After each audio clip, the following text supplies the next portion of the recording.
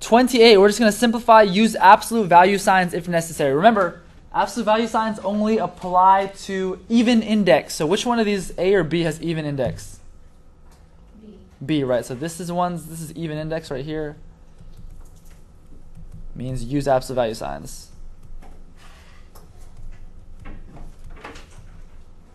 Alright, so anyways, on A, we're going to take the cube root of each of these terms. So what is the cube root of 125?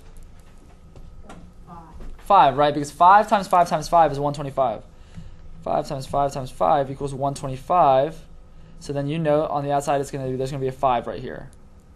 Okay, now for the x to the 6th term. How am I going to find out what's going to be left on the inside of my radical, my cube root radical, and what would be on the outside? Right, on the outside or inside? Outside. How did you get the 2 though? Like, where'd the 2 come from? Right, 3 and 6, and how did you do that?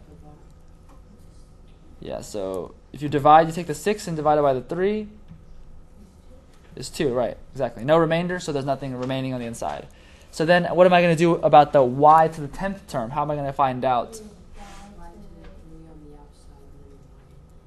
Right, so if I take 10 and divide it by 3, you get 3 remainder 1, right? So on the outside, like you said, it's going to be y to the 3, and on the inside it's just y to the power of 1, which is just y. Something that you need to be careful for, though, is that on the radical, make sure you keep the index there. Some people, they got everything right, but then they didn't put the index back there, right? Because square root and cube root is completely different.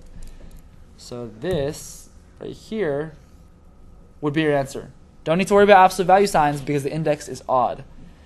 All right, on B then, we're taking the square root of 32 a to the 5th b to the 8th. So you see 32 is not a perfect square, right? So we're going to have to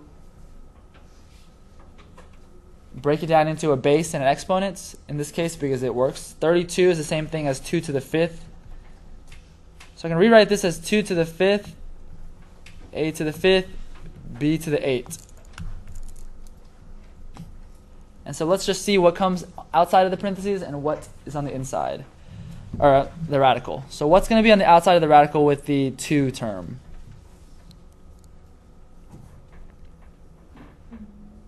What's the index here? 2, right?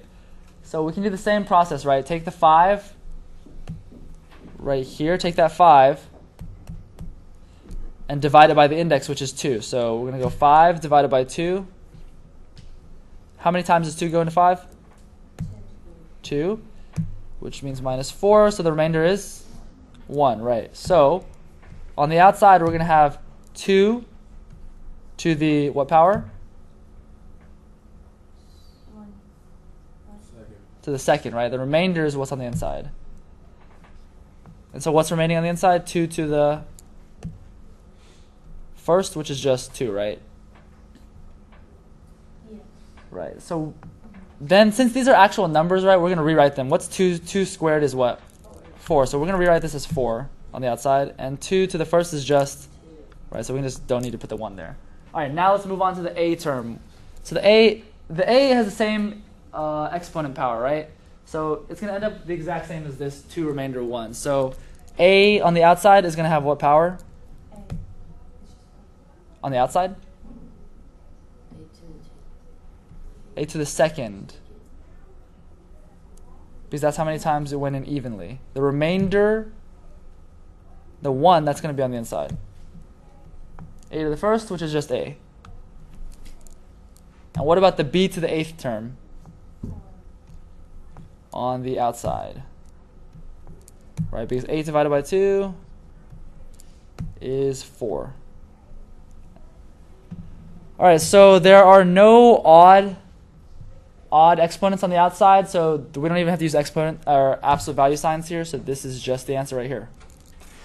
4a squared b to the 4th, square roots of 2a. So if there was an odd number, we'd use absolute value? Right, like for example, if this was a to the 3rd, right? If this was a to the 3rd, then we have to put absolute values around that one. Okay. Yeah. What about the last one? But the the index is combined. Yes, that's right. That's what we wrote at the very beginning. Even index, use absolute value. This one, index is 3, right? That's odd. Don't have to worry about it.